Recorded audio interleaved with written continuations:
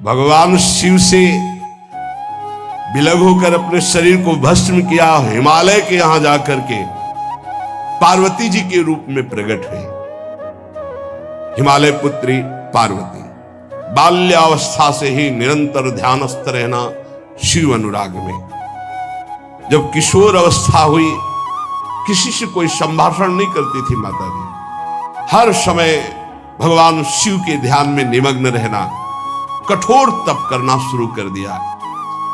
जो बिल्व पत्र सूख कर गिर जाते थे, माताजी उसको अपने मुख में रख करके पा लेती। एक बिल्व पत्र, अपर्णा, शरीर सूखने लगा। माताजी का नाम अपर्ण, भारी तपस्या।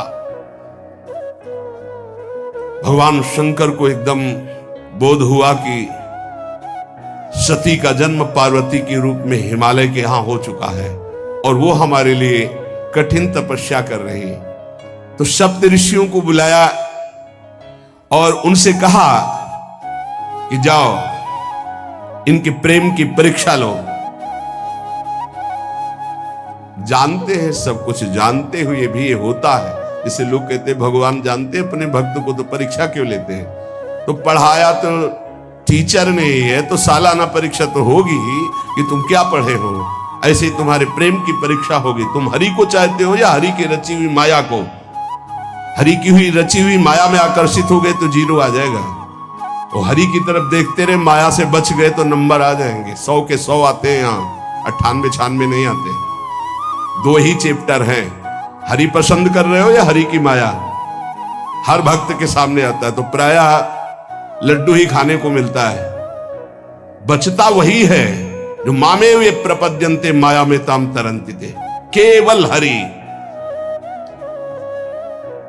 पार्वती पहि जाई तुम प्रेम परीक्षा लेहु, गिरिहि पेरि पठयहु भवन दूरी करेहु संदेहु। हे सप्तऋषियों, जाओ हमारी आज्ञा है, पार्वती की प्रेम की परीक्षा लो। यदि पास हो जाएं तो उनको तपस्या से निवृत्त करो। बोलो महादेव जी प्राप्त हो जाएंगे। जाओ भवन को चली जाओ, तपस्या की आवश्यकता नहीं। ऋषियों ने जाकर के पार्वती जी को देखा, मानो मूर्तिमान तपस्या विराजमान हो, अस्थिमात्र हुए रहे शरीर, सूखे पत्ते बिल्व के। मुनि बोले, हिमांचल नंदिनी, इतना कठोर क्या प्राप्त करना चाहती हो? किसकी आराधना कर रहे हो? तुम्हारा लक्ष्य क्या है? यदि हम सुनने के अधिकारी हों तो आप कृपा करके बता सकती हैं। पार्वती जी ने कहा, मन बड़ा सकुचाता है आपसे बताने में। आप लोग कहीं मेरी हंसी ना उड़ा दें जो मेरा लक्ष्य है। मैंने भी बहुत सिखाने की कोशिश की, लेकिन मेरा मन नहीं मान रहा, हठ पकड़ लिया है। क्योंकि मेरे गुरुदेव ने मुझे जो आकर के बचपन में बता दिया, मैं वही हृदय से स्वीकार कर ली। मनु हठ परा सुनई न सिखावा, चहत बारी पर भीति उठावा। नारद कहा सत्य सुई जाना, बिनु पंखन हम चाहि उड़ाना। मुनियो, वैसे आप भी हंस दोगे।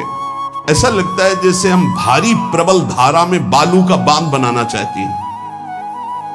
कहां भगवान शिव और कहां मैं? मेरी गुरुदेव नारद ने बचपन में आकर के कहा, तुम्हारे पति देवाधिदेव महादेव होंगे। बस मैं तब से अपने पति की प्राप्ति की आराधना कर रही हूं। पता नहीं आप मेरी बात सुनकर हंसेंगे कि मानो बिना पंख के मैं आकाश को छूना चाहती हूं। ऋषि हंस पड़े और कहा, बात तो सही है, पर्वत से उत्पन्न हुई हो तो इसलिए तुम्हारी बुद्धि भी हमें लगता है जड़ ही है। नारद के उपदेश से आज तक किसी का घर बसा है? नारद के उपदेश से किसी का घर बसा है? अरे जिस जिसका उपदेश किया उसको बैरागी बना दिया, गृहस्थी तो बनाया नहीं। नारद उपदेश सुनकर किसी का घर बसा हो ऐसा तक प्रमाण नहीं है। देखो, दक्ष के पुत्रों को उपदेश किया, 10,000 एक को 1,000 एक, लौट कर नहीं आए, सब बैरागी बन गए। चित्रकेतु को उपदेश किया, घर चौपट हो गया। प्रहलाद जी को उपदेश किया, पूरा हिरण्यकश्यप का नाश हो गया। नारद सिख जे सुनहि नर नारी, अवसी होई तजी भवनु भिखारी। हमारे गुरु नारद जी की जो सीख सुना, बर्बाद हो गया, बाबा जी बन गया, भजनानंदी बन गया। वैसे हम बताएं, नारद जी हैं बड़े कपटी, ऊपर से साधु का चिन्ह है, अंदर से कपट। क्या कपट? उसके संसार का नाश कर देते, भगवान से जोड़ देते हैं। मुझे नारद जी की बात कम समझ में आती है। ये उल्टा बोल रहे ऋषि परीक्षा के लिए, गुरु निष्ठा हटाने के लिए, समझ रहे हो? पार्वती जी ने कहा बचपन में मेरे गुरुदेव ने बता दिया, वही में नारद जी की बात आज तक घर किसका? जो नर नारी नारद की बात सुने भवन त्याग करके भिखारी बन गया, प्रमाण है। उनके वचनों पर तुम विश्वास मान रही हो। महादेव जी को पति निर्गुण नीलाज कुबेश कपाली, अकुल अगेह दिगंबर ब्याली। नारद जी ने तुम्हें भगवान शिव को पति बिल्कुल निर्गुण समझो। निर्गुण को बता, दूसरा भी अर्थ होता है और एक अर्थ होता है कि कोई गुण नहीं। नीलाज, नंगे धड़ंगे घूमते कभी कभी। दिगंबर, कोई लज्जा नहीं। कुबेश, भाई सुंदर मुकुट लगाए हो, पोशाक पहने हो, नहीं, चिता की भस्म लगाए, मुंडों की माला पहने, बहुत बाघंबर डाल लिया, ये कुबेश है। कपाली, मनुष्य के मुंडों की माला। अकुल, आज तक कोई पता नहीं लगा कि किस कुल के हैं महादेव जी, क्योंकि सब कुलों के मूल है, मूल का मूल वही है, उनके मूल कोई है नहीं। अगेह, एक दीवाल नहीं है, 60,000 योजन का एक बरगद का पेड़ है, उसी के नीचे रहते। 60,000 योजन, 1 योजन 4 कोस, 1 कोस 3 किलोमीटर। कितना बड़ा वटवृक्ष? कैलाश में एक वटवृक्ष जिसके नीचे रहते 60,000 योजन का। 6 ऋतुएं शोभा देती उसी वटवृक्ष के। और कोई घर तो है नहीं महादेव जी के। और आभूषण भूल मत करना, बड़े बड़े विषैले सांपों का आभूषण कोई सोना चांदी नहीं पहनते महादेव जी। हमें लगता है ऐसा दूल्हा के लिए ऐसा तप। नारद जी ने ठग लिया तुम्हें, पागल बना दिया तुम्हें। देवाधिदेव महादेव के सुनो, इन्हीं ने शिक्षा दी थी सती को। ऐसे बौरे पति मिले, आग में जाके शरीर भस्म करना पड़ा। इसलिए हम तुम्हें बता रहे हैं कि बहुत सुंदर दूल्हा हम देख के आए हैं। हम जान गए थे कि तुम तपस्या कर रही हो। हरि का नाम सुना है? बैकुंठ में रहते हैं, बहुत सुंदर हरि है। यदि उनका आप वर्ण कर ले तो सुखी हो जाएंगे।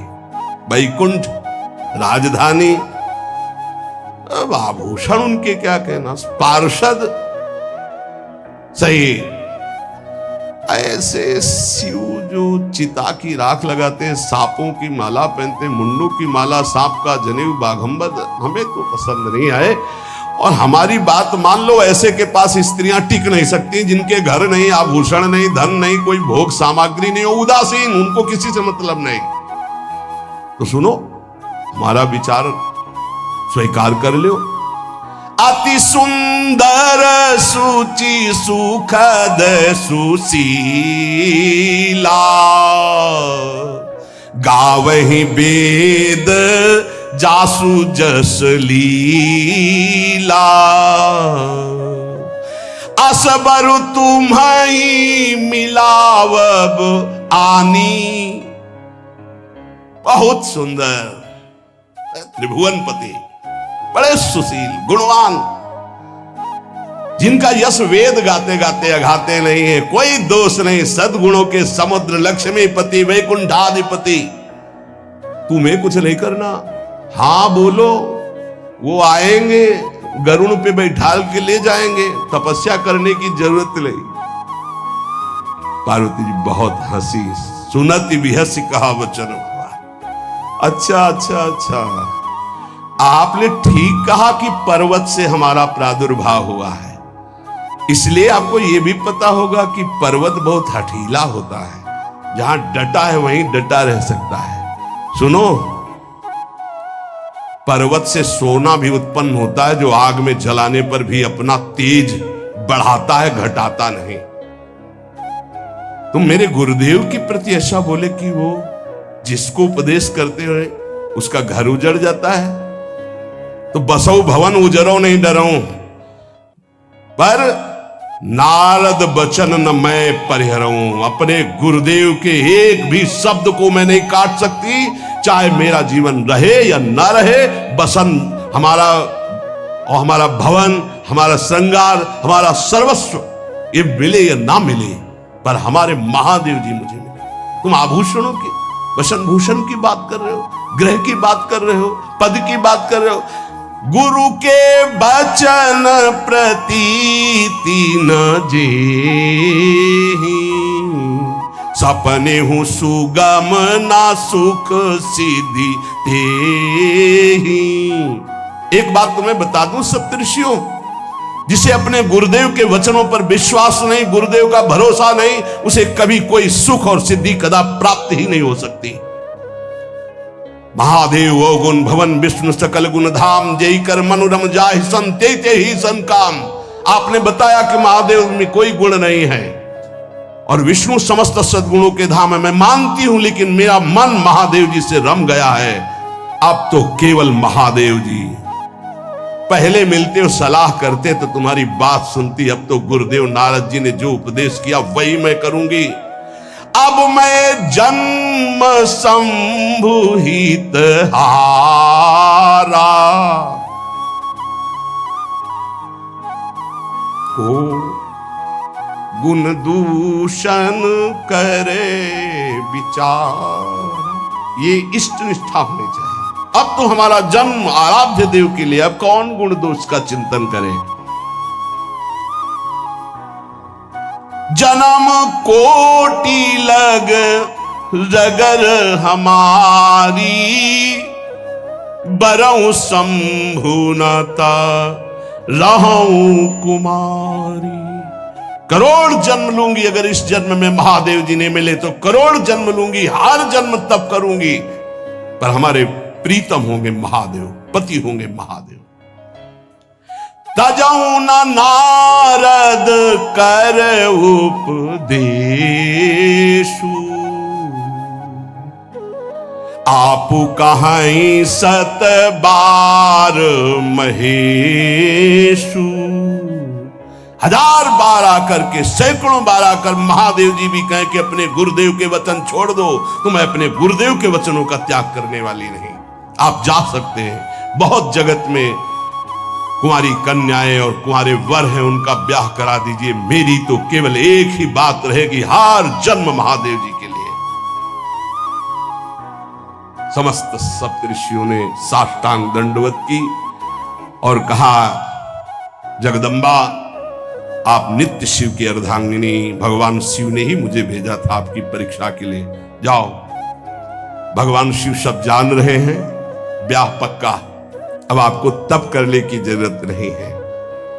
तुम माया भगवान शिव, सकल जगत पितुमात, नाई चरण सिर मुनि चले, पुनि पुनि हर्षत गात। प्रणाम करके सप्तऋषि गए, हिमांचल से कहा, सादर अपनी कन्या को लिवा लाओ और ब्याह की तैयारियां शुरू करो। महादेव जी ब्याह के लिए पहले से ही राजी हैं और समस्त देवता ब्रह्मा जी आदि उनके पास जा रहे हैं प्रार्थना करने के लिए। इधर जब पार्वती जी को लेकर हिमालय अपने घर पे आते हैं, तब भगवान विष्णु, समस्त देवता, ब्रह्मा जी कैलाश पहुंचे, जहां भगवान शिव विराजमान थे। सबने स्तवन किया और कहा, प्रभु बहुत दिन से एक लालसा है, सकल सुरन के हृदय शंकर परम उछाहु, निज नैनन देखा चाहई नाथ तुम्हार विवाह। भगवान विष्णु ब्रह्मा जी समस्त देवताओं ने कहा, प्रभु हम सबके मन में एक उत्साह है, आप दूल्हा हो, हम सब बराती हो, आपका विवाह देखना चाहते हैं। प्रभु ये उत्सव देख ले तो हमारा जीवन सार्थक हो गया, आप हां बोलो। कामदेव के मद को चूर करने वाले आपको दूल्हा रूप में देखना चाहते हैं हम सब। स्वामी का स्वभाव होता है सेवक को सुख देना। पार्वती जी ने अपार तप किया है आपके लिए, आप उनको अंगीकार कीजिए। भगवान विष्णु ब्रह्मा जी की प्रार्थना सुन करके भगवान शिव जी ने कहा, तथास्तु, ठीक है ब्याह पक्का। देवताओं ने नगाड़े बजाए, फूलों की वर्षा होने लगी, देवाधिदेव महादेव की जय के नारे कैलाश में गूंजने लगे। सप्तऋषि भगवान शिव के पास आए, कहा, प्रभु बड़ी अनन्य है पार्वती जी, आपकी अखंड प्रेम है, हमने बड़ा छल करके उपदेश किया, लेकिन उन्होंने कहा कि मैं नारद जी का उपदेश नहीं त्याग सकती, करोड़ों जन्म लूंगी और हर जन्म महादेव जी के लिए। भगवान शिव जी की आंतरिक वृत्ति जो पार्वती जी की प्रीति की है, उसे कोई नहीं जानता।